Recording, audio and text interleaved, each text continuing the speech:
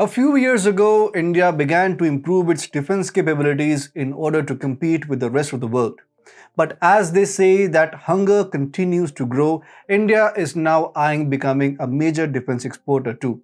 It is the manifestation of PM Modi's vision to not only reduce the dependency of military hardware on foreign countries, but also work towards expanding Indian defense equipment footprints to other parts of the world. But this is not an easy task as the biggest markets are vulnerable and the competition is high. The best and first example comes from ASEAN, the friendly neighborhood. Hi and welcome to TFI Post. I'm your host Piyush. Let's begin. India has been continuously increasing its defense exports over the past few years. If we go through the official data of the government, the defense exports in 2017 to 18 were 4,682 crores, which increased to 12,815 crores in 2021 to 22. In only 4 years, the export growth rate was 173%. The growth instilled hope of becoming a major defense exporter. The efforts of this started in 2018 when the Government of India estimated it would achieve a 1,70,000 crore turnover in defense goods and services till 2025.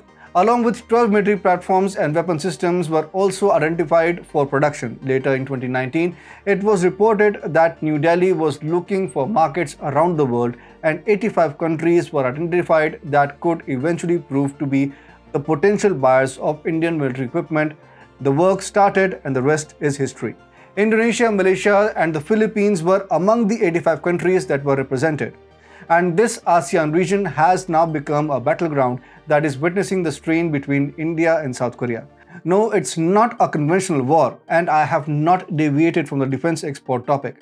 Actually, ASEAN has two viable options for defense purchases, and those are India and South Korea. But let's first understand the geopolitical challenges of ASEAN and its defense market along with the past expenditures. ASEAN as a collective region is facing the expansionist aggression of the dragon in the sea. In the era of liberalization, the geo-economics of ASEAN and China are mashed together because of the mutual benefits and demand of the region. However, the military threat to ASEAN is unquestionably coming from China. This is possibly the foremost reason for sustained defense expenditure growth by countries. Apart from that, Taiwan has become a hot topic in the Pacific in the recent times. Furthermore, the anticipated Chinese attack poses a challenge to ASEAN and calls into question the region's preparedness. According to the SIPRI report, the ASEAN military expenditure in 2000 was around $20.29 billion, which surged to $32.39 billion till 2010 before finally reaching $43.10 billion in 2021. With every coming decade, the expenditure has witnessed a rise of more than $11 billion. It shows that there are immense possibilities for countries like India to cater to the needs of the ASEAN region. Defense News in its report compiled a list of top 100 defense companies from the annual reports of major defense companies. ST organization based in Singapore is the only ASEAN company listed in the top 100. ST Engineering's total defense revenue for 2021 was $2,157.72 million. India has emerged as one of the biggest contenders for the region. The development of India's indigenous carrier INS Vikrant has proved India's ability and increased the credibility of the country, due to which many countries are optimistic about buying weapons from India. India is continuously pitching for indigenously manufactured weapons and fighter jets. LCA Tejas and BrahMos missiles are attracting attention of the buyers. But there are challenges too. The biggest challenge for India in the region is coming from South Korea. There is no doubt that South Korea has for a long time been an important defense exporter to the world. According to SIPRI, South Korea is the 8th largest exporter of military products for the period of 2018 to 2022, accounting to 2.4% of global arms exports. The share was 1.3% between 2013 to 2017. This means that South Korea's share has increased by 74%, which is enormous. The biggest buyers include the Philippines, India, and Thailand in the orderly manner.